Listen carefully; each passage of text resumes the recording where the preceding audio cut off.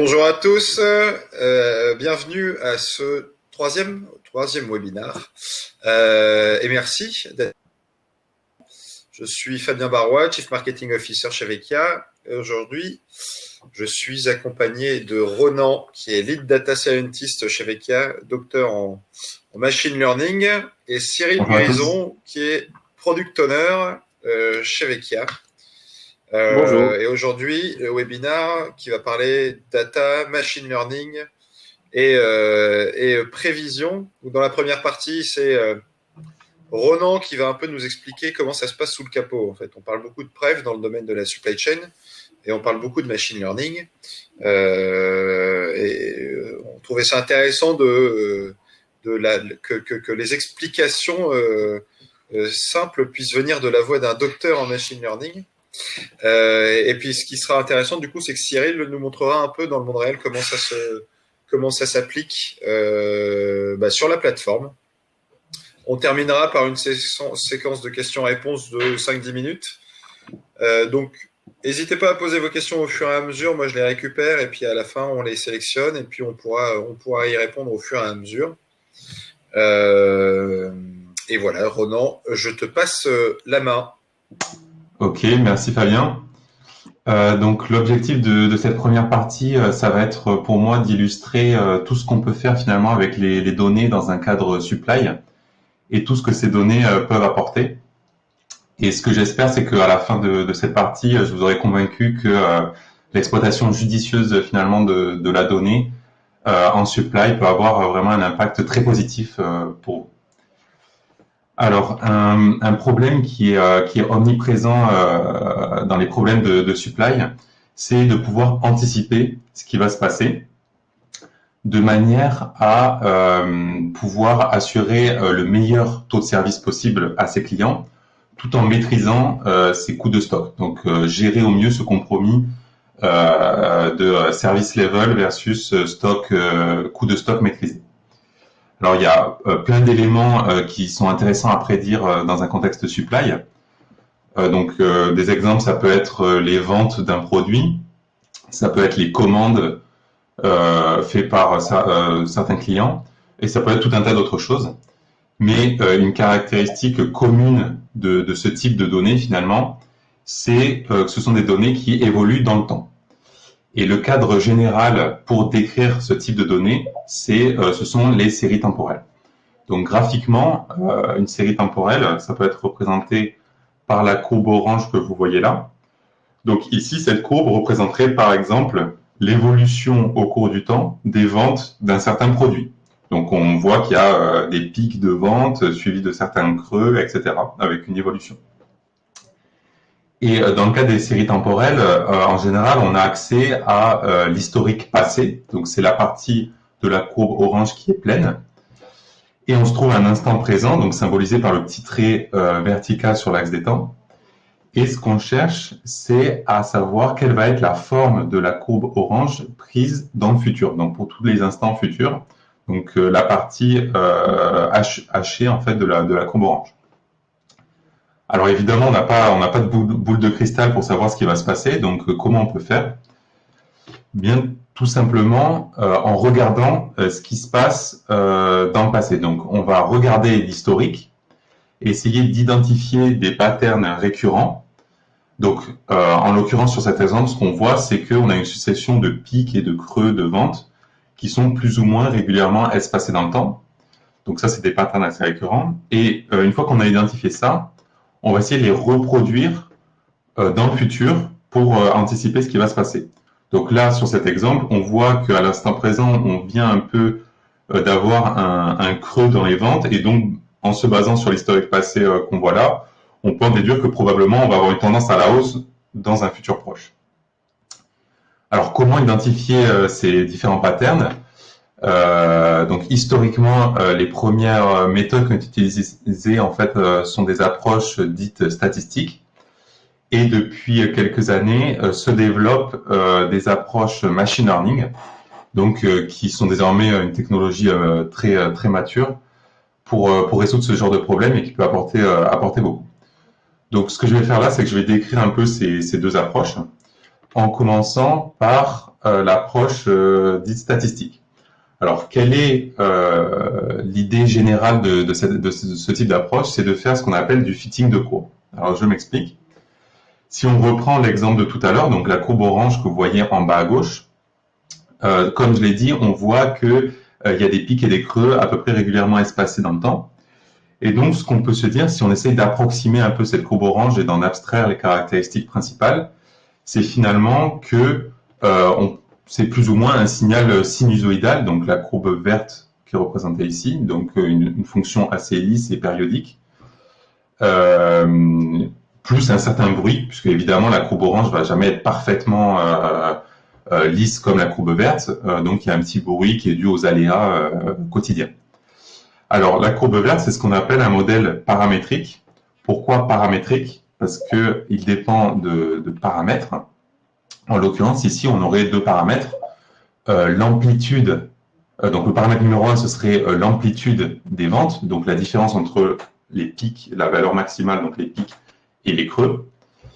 Et le deuxième paramètre, ça serait la période, donc l'intervalle de temps entre deux pics consécutifs ou deux creux consécutifs dans les ventes.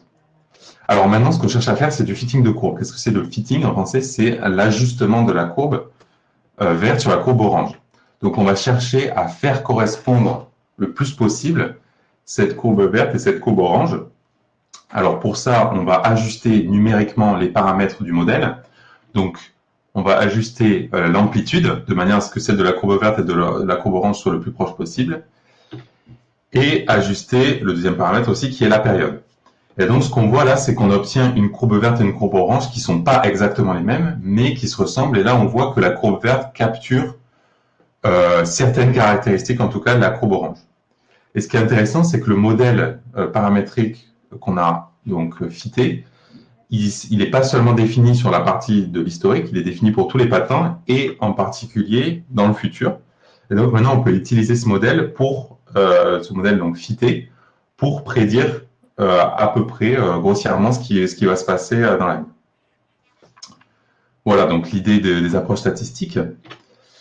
Alors les approches statistiques, c'est des approches donc, qui sont utilisées depuis assez longtemps dans un cadre supply et qui ont fait leurs preuves. Elles font encore partie des méthodes d'état de l'art pour certains problèmes de série temporelle, mais elles ont aussi des limitations. Alors, je vais vous donner un exemple de limitation en basant toujours sur le même exemple là de ma courbe orange de vente. Alors, imaginons que on ait une période pendant laquelle on décide de faire des promotions. Donc, l'objectif, c'est de booster les ventes à ce moment-là. Et donc, si ça marche, en tout cas, c'est l'objectif. Si là, c'est la courbe orange qui est représentée qu'on aurait s'il n'y avait pas eu de promotion.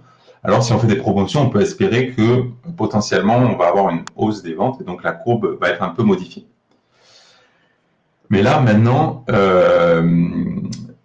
la question, c'est comment est-ce qu'on pourrait exploiter cette information pour améliorer nos prédictions. Donc, avec le type d'approche que je viens de décrire, ça paraît un peu compliqué, un peu limité.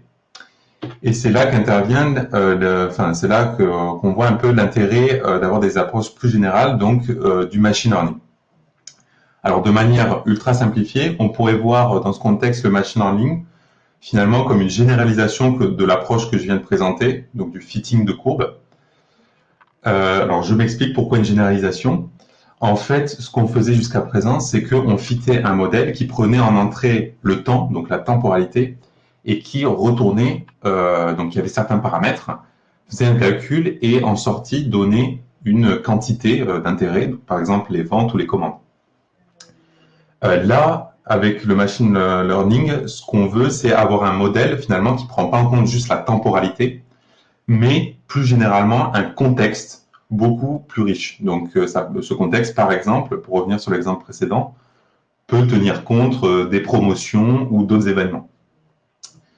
Et ce contexte, il est représenté sous la forme, donc numériquement, sous la forme de ce qu'on appelle des features en machine learning. Donc ça, c'est un des premiers avantages des approches machine learning. D'autres avantages, donc tout à l'heure, j'ai dit que avec les approches statistiques, on avait des modèles paramétriques. Dans un cas de machine learning, on peut avoir des modèles beaucoup plus génériques et notamment des modèles dits non paramétriques.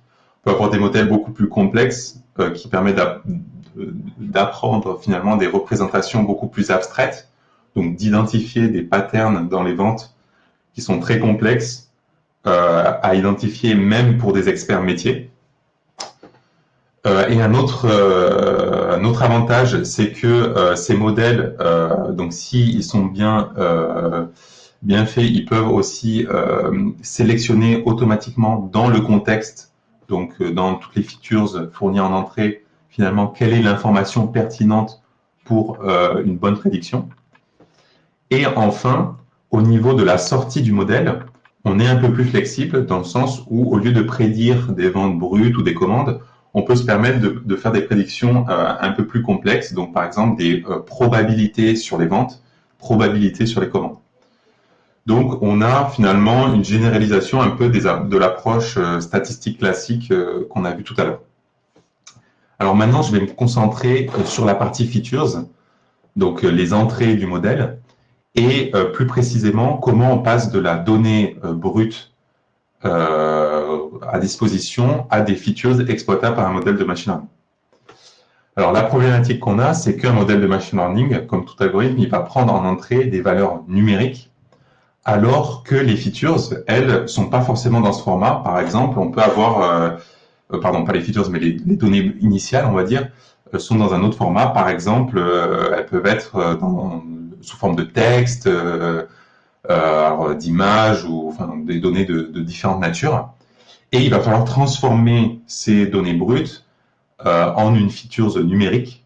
Et donc ça, c'est ce qu'on appelle en machine learning l'encoding. Alors pour donner un exemple vraiment très très simple et très très basique, si on revient un peu à l'information qui était déjà prise en compte dans nos modèles, dans nos approches statistiques, on avait cette temporalité qui est déjà encodée. Donc là, on souhaite que les features reprennent un peu les caractéristiques importantes de la temporalité, donc de construire des features temporelles, par exemple le jour de la semaine, le mois dans l'année, etc. Ça, c'est intéressant pour que si par exemple on a des produits qui se vendent avec une certaine saisonnalité, eh bien l'algorithme puisse détecter ça. Mais donc les données temporelles qu'on a à la base, ça va être plutôt du texte, donc ça va être par exemple les mois, janvier, février, mars, avril, etc. Et donc une méthode classique pour encoder ça, c'est ce qu'on appelle le label encoding. Ça va être d'associer finalement un numéro à chacun des mots qu'on a dans notre ensemble, donc il y a un ensemble fini, janvier, février, donc il y a 12 mois dans l'année, donc on va associer un numéro à chacun différent, chacun des mois. Et ce qui est important quand on fait ça, c'est de garder quand même l'ordonnancement des numéros. Donc février vient après janvier, et donc il faut que le numéro associé, le chiffre associé à février soit supérieur à celui de janvier et celui de mars, ainsi de suite. De manière à ce que l'algorithme puisse détecter cet ordonnancement. Alors l'avantage de créer comme ça tout un tas de features temporelles par rapport aux approches statistiques que j'ai mentionnées un peu plus tôt, c'est que on peut être beaucoup plus explicite dans la manière dont on encode la temporalité. Qu'on peut spécifier des cycles spécifiques de produits, des événements particuliers, etc. Alors deuxième exemple un peu plus complexe, mais quand même relativement classique, ce qu'on appelle les features laguées. Donc en général, ce qui se passe, c'est que par exemple, pour prendre l'exemple des ventes, les ventes d'un produit à un instant T sont fortement corrélées avec les ventes d'un produit des derniers jours. Donc par exemple, aujourd'hui, on est le 14 mai, et il est fort probable que ce qu'on va vendre aujourd'hui dépende, en tout cas, ce qu'on a vendu les 3 derniers jours de la semaine, donc depuis le début de la semaine, nous donne une information sur ce qu'on va vendre aujourd'hui, nous donne une tendance générale de ce qui se passe cette semaine. Et donc là, l'idée, c'est finalement d'utiliser les valeurs observées lundi, mardi et mercredi pour en déduire, pour donc utiliser ça comme features, donc c'est directement des valeurs numériques, pour en déduire ce qui va se passer aujourd'hui. Des exemples un peu plus complexes, donc de features un peu additionnelles qu'on peut rajouter pour avoir plus d'informations. Il se peut que dans certains cas, la localisation, la spatialité donne une information importante. Par exemple, selon si on est près de la mer ou en montagne, les produits vendus sont pas les mêmes. et pas aux mêmes saisons évidemment. Donc il y a aussi une corrélation avec la temporalité. Et dans ce cas-là, donc il nous faut encoder vraiment la localisation. Alors, une méthode simple pour faire ça, c'est de se baser en fait finalement sur les coordonnées géographiques. Donc l'avantage, c'est qu'avec juste 2 chiffres, longitude, latitude, on peut encoder de manière unique une localisation, et que 2 valeurs de coordonnées qui sont proches numériquement, en fait, correspondent à des localisations qui sont proches géographiquement. Et donc ça permet aux algorithmes éventuellement d'identifier des zones où il y a une certaine tendance, par exemple près de la mer, en montagne, etc. Pour revenir à mon exemple des promotions de tout à l'heure, donc là j'ai représenté la matrice chronologique là, avec la flèche. Si on se dit que finalement on a des ventes tous les jours, une manière d'encoder les périodes de promotion, ça serait de dire quand il n'y a pas de promotion, donc on fait ce qu'on appelle du binary encoding. Donc quand on n'a pas de promotion, on va associer une valeur 0. Et en période de promotion, une valeur 1. Donc ça, c'est une méthode assez simple. On peut complexifier un peu pour rajouter un peu plus d'informations, puisque selon la force de la promotion, l'intensité de la promotion, on peut avoir des effets différents. Si on a des promotions à 10% ou à 50%, c'est pas la même chose. Donc on pourrait très bien imaginer avoir une feature qui dépende de l'intensité de la promotion. Donc plus ou moins, si on est à 10% ou à 50%, on aurait une valeur plus ou moins haute. Et un dernier exemple, c'est qui peut être aussi utile dans certains cas, c'est par exemple des données météo. Donc soit les données météo passées qui vont avoir un impact sur ce qui va se vendre, ou les données les prévisions météo finalement futures. Donc là, dans ce cas-là, on pourrait se baser sur les températures, le niveau de précipitation, etc. Donc toujours les valeurs numériques. Alors là, donc j'ai décrit un petit peu comment on pouvait obtenir des features à partir des données brutes, donc en encodant. Mais de manière plus générale, en fait, ce qui est important, c'est que, alors ce qui peut se passer, c'est que certaines informations peuvent être beaucoup plus implicites dans le set de données brutes qu'on a à disposition. Et c'est important d'essayer d'extraire, pour avoir des bonnes prédictions, d'extraire le maximum possible d'informations de ces données brutes. Et donc tout ce travail-là, c'est ce qu'on appelle de manière générale le features engineering, donc d'extraire des features de nos données. Alors, on pourrait penser que plus on a d'informations, plus finalement on va être précis en termes de prédiction. Alors, c'est vrai, mais pas totalement, dans le sens où trop d'informations peut aussi parfois être néfaste. Pourquoi ? Parce que si on donne trop d'informations à notre modèle de machine learning et qu'on ne prend pas les précautions qui s'imposent, eh bien notre modèle peut surinterpréter les données et identifier des patterns finalement là où il n'y en a pas. Donc ça en machine learning, c'est un nom, ça s'appelle l'overfitting ou surapprentissage en français. Mais il y a des méthodes donc qu'on utilise pour pallier à ce type de problème, notamment la sélection de modèles et la validation croisée. Ce sont des méthodes classiques de machine learning. Enfin, même si ça peut paraître évident, je pense important de le rappeler qu'il est important d'avoir une donnée vraiment de qualité pour assurer des prédictions de qualité. Ce qui arrive très fréquemment, c'est qu'on a des données, certaines données qui sont erronées, donc avec des valeurs aberrantes, par exemple 10 000, alors que en moyenne on observe toujours des valeurs entre 0 et 10. Donc ça, c'est en machine learning ce qu'on appelle des outliers. Et on a aussi parfois beaucoup de données manquantes, donc des données très éparses, c'est ce qu'on appelle la sparsity. Et il y a des techniques aussi pour pallier à ça, donc notamment la détection automatique d'outliers. On peut essayer d'inférer la valeur des données manquantes, et pour ça on a besoin de faire des data analyses précises des données. Donc voilà un peu quelques exemples de difficultés rencontrées et les techniques utilisées pour les résoudre. Alors maintenant, en fait, que j'ai décrit un petit peu ce qu'on pouvait faire avec la donnée, décrit un petit peu le concept d'algorithme de machine learning, etc. Je voudrais parler un peu de comment est-ce que ça s'applique dans un contexte d'actualité comme la crise du Covid-19. Donc, est-ce que tout ce que je viens de décrire s'applique? Quelles sont les limitations, etc. Alors, juste pour donner un exemple, donc ce qu'on a observé chez nos clients avec cette crise, c'est donc le pattern en général le plus fréquent, c'est que finalement en début de crise, on a une augmentation des commandes en général, suivi après d'une très forte baisse qui est durable dans le temps. Alors ça peut être paradoxal cette petite augmentation au départ, mais en fait ça s'explique assez simplement par le fait que les acteurs en fait ont anticipé toutes les fermetures et tout ce qui pouvait se passer après, toutes les ruptures, et donc ont décidé de surstocker par précaution. Alors le problème avec cette crise, c'est que on a affaire à des événements qui sont fondamentalement non prédictibles.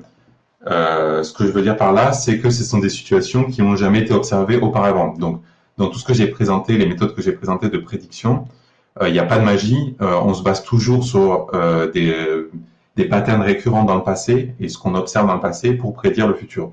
Si on a une situation qui est totalement nouvelle, on peut plus, enfin, les hypothèses de base ne sont plus respectées et donc on a des gros problèmes avec ce type de modèle.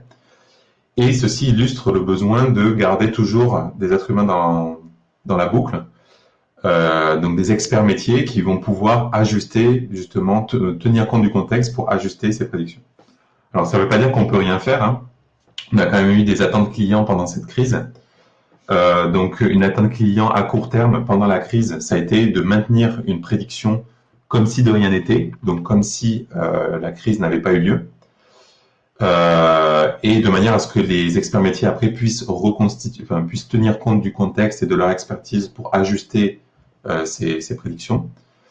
Et donc pour ça, on a dû reconstituer, en utilisant nos algorithmes de prédiction, reconstituer un historique dit dépollué, donc comme si la crise Covid n'avait pas eu lieu.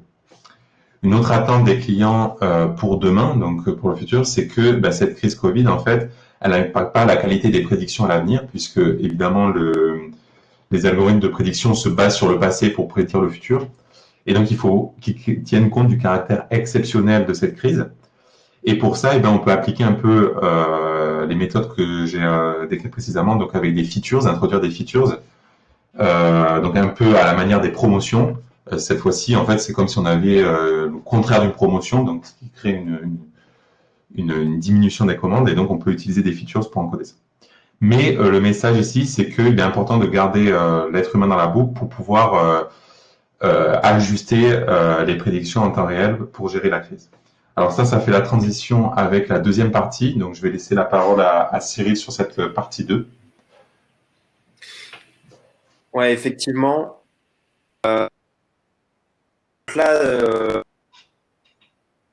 Pour ces explications sur la partie très théorique du sujet. Maintenant, on va passer à la partie pratique. Donc, pour pouvoir un peu expliquer ça, je vais vous mettre un peu dans le contexte d'un persona. Aujourd'hui, Marie qui est responsable d'approvisionnement pour un de nos clients. Et son rôle, c'est de gérer à la fois les approvisionnements. Donc, les approvisionnements dans son réseau amont, c'est-à-dire ses fournisseurs qui vont distribuer ses entrepôts. Puis ensuite, côté aval, la partie qui va être en fait de redistribuer cet ensemble qui est stocké en entrepôt vers les différentes agences qu'elle peut avoir. Donc, elle va donc un de ses rôles, donc c'est gérer l'approvisionnement. Un second rôle, ça va être de donner de la visibilité à sa direction au travers de différents indicateurs de performance qu'elle va pouvoir récupérer depuis notre interface. Et de continuer cette communication à la fois avec ses agences qu'elle approvisionne, mais aussi avec ses fournisseurs qui l'approvisionnent. Et donc l'environnement de Marie, c'est un environnement qui est autour de l'installation et de la maintenance de chauffage et d'appareils climatisés. Elle va avoir 5 fournisseurs, 3 entrepôts et 200 agences. Donc, dans un contexte un peu particulier tel que le Covid, on va avoir une situation dans laquelle, au-delà de gérer les approvisionnements, elle va devoir aussi un peu gérer les prévisions futures. Et donc, comme le disait Ronan, un des constats actuels qu'on a, et une des attentes clients qu'on a actuellement, c'est de se dire, on va continuer à prolonger les prévisions telles qu'elles peuvent être dans un contexte non Covid, mais à travers une action humaine, donc en l'occurrence Marie, on va agir sur cette prévision et on va pouvoir l'ajuster de manière à ce qu'elle puisse finalement répondre à ce contexte-là. Donc pour ce faire, je vais vous présenter un des écrans sur lequel travaille Marie. Donc cet écran-là, c'est l'écran des prévisions de la demande. Donc sur cet écran, en fait, elle va pouvoir retrouver l'ensemble des prévisions qui sont calculées par le moteur de machine learning et qui sont retranscrites pour aujourd'hui, mais aussi pour les prochaines semaines. Donc, elle va pouvoir retrouver ici un écran qui va lui expliquer à travers un graphique la projection de sa demande dans le futur avec 2 courbes. La première en bleu qui est celle qui est calculée par Vekia et qui est, on va dire, brute, c'est-à-dire qu'elle a été non recalculée ou réajustée par l'utilisateur. Et en orange, on va retrouver celle qui a été ajustée par Marie ou par d'autres personnes qui travaillent sur la plateforme Vekia.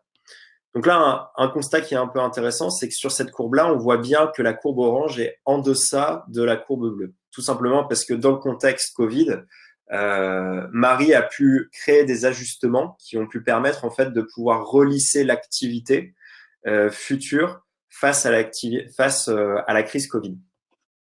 Donc on va pouvoir visualiser rapidement cette prévision de la demande, mais on va pouvoir retrouver aussi à droite une table qui va lui permettre de voir pour chaque article quelle a été la prévision calculée par l'algorithme, mais aussi en orange celle qui a été ajustée par Marie et son équipe. Donc là, on est dans le contexte d'une agence. Et en dessous de cet écran-là, elle va pouvoir retrouver l'ensemble des ajustements qu'elle a pu créer elle-même. Donc, elle va retrouver une table qui va lui permettre de savoir quelles sont les agences qui ont été, pour lesquelles il y a eu un ajustement, l'article sur lequel cet ajustement a eu lieu, la période sur laquelle l'ajustement a lieu. Donc, ça peut être quelques jours. Je pense notamment à des cas de promotion. Généralement, sur des promotions, on est sur quelques jours. Admettons une promotion dans une agence ou dans un magasin, on va la faire sur quelques jours. Et donc, on va ajuster cette promotion-là sur quelques jours, mais ça peut être sur une plus longue période telle que le Covid, où là, on peut se dire, sur 30, 40 jours, je souhaite ajuster ma prévision. Et on va retrouver ici l'ajustement qui a eu lieu, qui peut être de 2 types, qui peut être à la fois en pourcentage. On peut dire, comme un peu comme pour les soldes, se dire cet article-là pour ce magasin-là, je souhaite réduire de 50% les futures prévisions. Et donc, la courbe va se lisser par rapport aux prévisions brutes qui avaient été calculées. Mais on peut aussi le faire via une valeur fixe. Donc, c'est-à-dire se dire, pendant mes 10 jours, au lieu d'avoir, admettons, 100 de prévisions, je souhaite peut-être avoir 150, mais être sur une valeur fixe qui va permettre en fait d'être réparti au prorata des prévisions qui ont pu être calculées. Donc là, admettons, Marie souhaite créer un ajustement. Ce qu'elle va faire, tout simplement, c'est de cliquer sur le bouton « Créer un ajustement ». Et donc là, va s'afficher une interface qui va lui permettre de visualiser sur quel site elle souhaite faire cet ajustement. Donc là, directement, le site a été affiché puisqu'on est on est filtré sur les prévisions de ce filtre. Elle va pouvoir sélectionner un article. Donc là, je vais prendre le premier. Et une période sur laquelle elle va souhaiter faire son ajustement. Donc là, partons de demain, le 15, et jusqu'au 29 mai, par exemple. Et on va retrouver le nombre de jours qui ont été sélectionnés. Et en cliquant « Continuer », elle va pouvoir visualiser 2 choses. La première, le fait de pouvoir modifier cet ajustement, donc générer une valeur associée. Et à côté, les différents indicateurs qui vont lui permettre de pouvoir au mieux ajuster cette prévision. Donc, la prévision totale, c'est celle qui a été finalement calculée pendant la période des 15 jours. Donc, combien finalement notre algorithme de machine learning qu'a expliqué Ronan a pu calculer comme étant les prochaines ventes, prochaines demandes futures pour les 15 jours. En l'occurrence, ici, 128. Et quelle est finalement à peu près la moyenne par semaine de cette prévision. Et donc là, dans ce contexte Covid un peu particulier, le but de Marie, c'est de pouvoir réduire la prévision. Et généralement, comme a pu l'expliquer Ronan, au début de la période, il y a eu un réapprovisionnement et des prévisions qui ont augmenté pour s'assurer d'avoir toujours un stock en agence. Mais ensuite, forcément, la prévision a diminué drastiquement. Et donc là, si on prend un exemple, on peut se dire, on va partir sur un ajustement qui va être réduit de 60%. Donc, en mettant moins 60%, on va tomber sur la prévision va être recalculée automatiquement et on va pouvoir savoir que les 128 qui étaient calculés normalement pendant une période, on va dire, classique et normale, va passer à 51 avec une réduction à peu près de 77 unités ou UVC. Et une moyenne forcément à la semaine qui va baisser. Et donc, en faisant cette valeur-là, elle va pouvoir tout simplement dire je continue. Et en fait, Elle va pouvoir sélectionner une raison. Là, on va choisir le Covid, étant donné que c'est d'actualité. Et en fait, la sélection de cette raison, elle va avoir un impact assez particulier sur les algorithmes. C'est que demain, les algorithmes seront capables de pouvoir prédire que dans des périodes de pandémie ou de type Covid, les prévisions qui avaient été ajustées par les utilisateurs étaient environ de 60%, et donc ils vont pouvoir, pour la prévision du futur, pouvoir ajuster et finalement créer des patterns liés aux raisons, et de pouvoir se dire demain, un ajustement lié, demain, admettons, une nouvelle crise Covid a lieu, on pourra créer des patterns qui permettront en fait d'ajuster progressivement la prévision de manière naturelle grâce aux algorithmes. Et donc là, à partir du moment où Marie a fait son ajustement et est consciente de la réduction, en cliquant sur continuer, le moteur va le prendre en compte dans les prochains lancements. Et donc, les courbes associées vont au fur et à mesure, en suivant des lancements de moteur, l'ajustement va avoir lieu et va permettre donc de pouvoir prédire moins. Et cette prédiction qui va être réduite, finalement, elle va être réutilisée ensuite dans l'étape d'après, qui est le réapprovisionnement. Et donc, notre algorithme d'intelligence artificielle qui n'a pas été expliqué aujourd'hui, mais qui fait le réapprovisionnement, va pouvoir prendre en compte cette réduction de prévision et donc réajuster les quantités à commander. Donc, à travers cet écran-là, Marie va pouvoir visualiser ce qui a été calculé par le moteur de machine learning, mais va pouvoir aussi ajuster celle-ci en conséquence exceptionnelle. Et là, sur l'aspect Covid, c'est un cas bien particulier sur lequel un ajustement doit être nécessaire pour pouvoir améliorer les prévisions sur des événements vraiment atypiques. Super, voilà. Merci messieurs.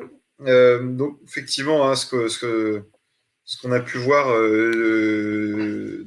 du coup, c'est un peu comment ça se passait sous le capot et comment la data allait influer sur la performance de ce machine learning et du coup sur la pertinence des prévisions qui allaient pouvoir être poussées, sachant que la posture de la solution Vecchia par rapport à la prévision, c'est que c'est pas une finalité, mais c'est un moyen pour l'automatisation de la génération des propositions de commandes. Et ça, c'était l'objet du premier webinar qui sera bientôt partagé et publié aussi. Et je pense que certains d'entre vous y avaient déjà participé. Et puis, on constate malgré tout que dans des crises comme ça un peu particulières, l'intervention humaine reste hyper importante. Et puis, c'est toute la puissance de la solution qu'on a pu constater, parce que cette intervention humaine, elle reste possible dans notre solution. Alors, je ne vois plus mon écran, donc je ne réussirai pas à lire les questions que vous avez posées.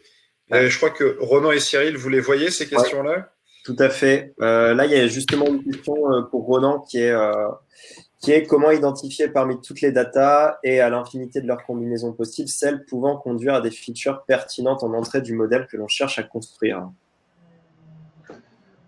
Oui, je prends connaissance de la question.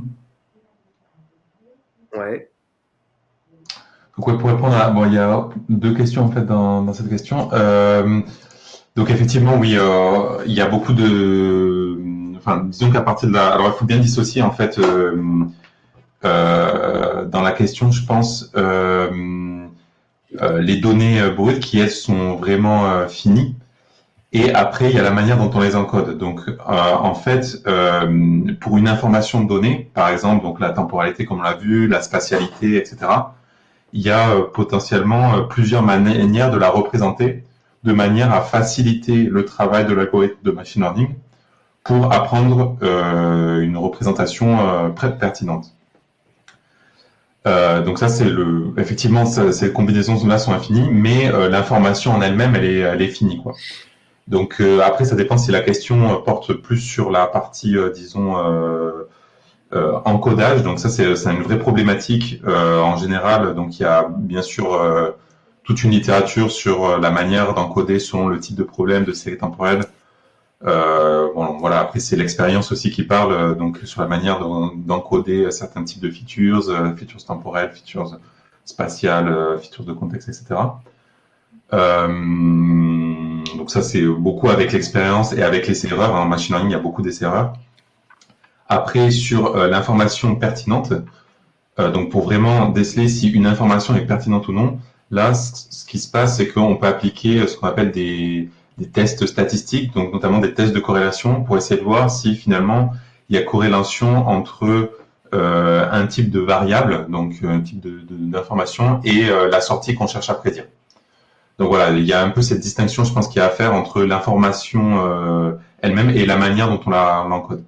Et après, la deuxième partie de la question, dans cet input, quand on sont a priori par écran, qu'est-ce qui relève de la combinatoire? Alors, en fait, bon, j'espère répondre à la question. Ce qui se passe, donc, ce que j'avais, à un moment, j'avais mentionné le risque, en fait, de surapprentissage, c'est-à-dire de surinterpréter, finalement, des patterns qui n'existent pas par le modèle. Et pour ça, il y a des techniques, en fait, pour essayer d'identifier quand un modèle a finalement identifié des patterns qui pensent récurrents ou non, et qui en fait ne le sont pas. C'est juste quelque chose d'occasionnel, et donc le modèle a juste surinterprété sur une période de temps donnée cette partie-là. Donc évidemment, ça nécessite quand même d'avoir un historique assez grand. Pour appliquer ces modèles, il faut quand même un historique assez conséquent pour pouvoir tester ça. Mais sinon, donc j'avais parlé notamment de la validation croisée. Donc c'est des méthodes pour essayer d'évaluer la qualité du modèle et notamment voir s'il a surappris. Voilà. Ok, merci Ronan. J'espère Alex que ça répond à tes questions. On a une autre question de Benoît qui se demande si les modèles de machine learning peuvent intégrer davantage l'imprévu et les situations exceptionnelles, ou si dans tous les cas c'est incompatible avec leur mode de fonctionnement. Alors, donc l'hypothèse un peu sous-jacente dans ce qu'on a fait, en fait, c'est que finalement, il y a quelque chose dans la série temporelle qui reste stationnaire au cours du temps. C'est-à-dire, il y a quelque chose qui se conserve, et c'est cette chose qui se conserve, donc ce pattern qui se conserve, donc qui peut être plus ou moins complexe, qu'on cherche à identifier pour le reproduire dans le futur. Après, il y a un compromis en fait entre disons, le niveau de modélisation qu'on cherche à avoir. Donc, plus on est capable de modéliser ce qui se passe, hein, donc je prends une analogie un peu avec la physique, hein, quand on a des lois physiques qui décrivent très précisément, voilà, qu'est-ce qui se passe, comment les objets bougent dans l'univers, etc. On n'a pas besoin finalement d'apprendre quoi que ce soit. On peut juste utiliser ces équations telles quelles.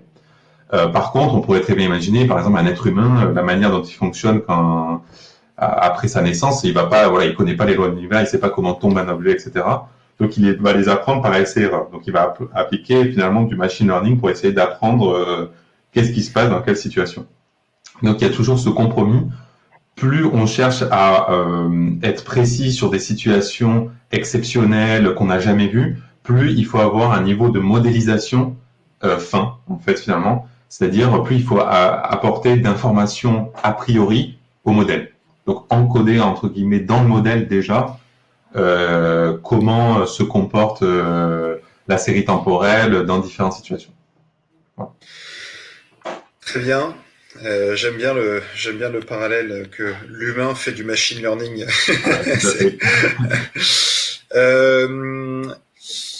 Bon, très bien. Je vois qu'il n'y a pas d'autres questions. Merci messieurs. De toute façon, si vous avez des questions qui vous reviennent aussi au fur et à mesure, nous on a à cœur de les prendre en compte et d'y répondre. On nous pose souvent plein de questions sur plein de sujets différents. On a lancé un podcast qui est publié de manière hebdomadaire. Je vous invite, j'ai mis le lien là, c'est sur notre blog. Je vous invite à aller écouter. On répond à 3-4 questions par semaine autour de la crise, autour de la supply chain, etc. N'hésitez pas à aller sur notre site pour nous poser des questions. Et généralement, c'est Valentin, notre content manager, qui qui se cale avec vous pour y répondre et pour que vous participiez un peu à notre podcast. Là, on va dire qu'on était sur une partie. Il y a eu un premier niveau concernant la data-driven supply chain et comment, du coup, cette data va influer sur les moteurs de machine learning. Dans 2 semaines, le jeudi 28 à 11h, on fait un nouveau webinar où là, on va se pencher sur la notion de data et supply chain. Quels sont les nouveaux champs du possible avec une orientation beaucoup plus projet. Et donc là, je serai en échange avec Fred de chez Vecchia, qui est Architect Solution Architect, et Johan, qui est Customer Success Manager. Et on aura un échange un peu plus poussé autour de cette notion de data, quels en sont les avantages et concrètement comment ça se passe au cœur d'un sujet. Donc, si ce sujet de la data dans vos projets supply chain vous intéresse, n'hésitez pas à vous y inscrire. Les communications partiront en début de semaine prochaine. Et messieurs, je vous remercie. Merci à tous pour votre participation et à très bientôt. Merci. Merci. À bientôt.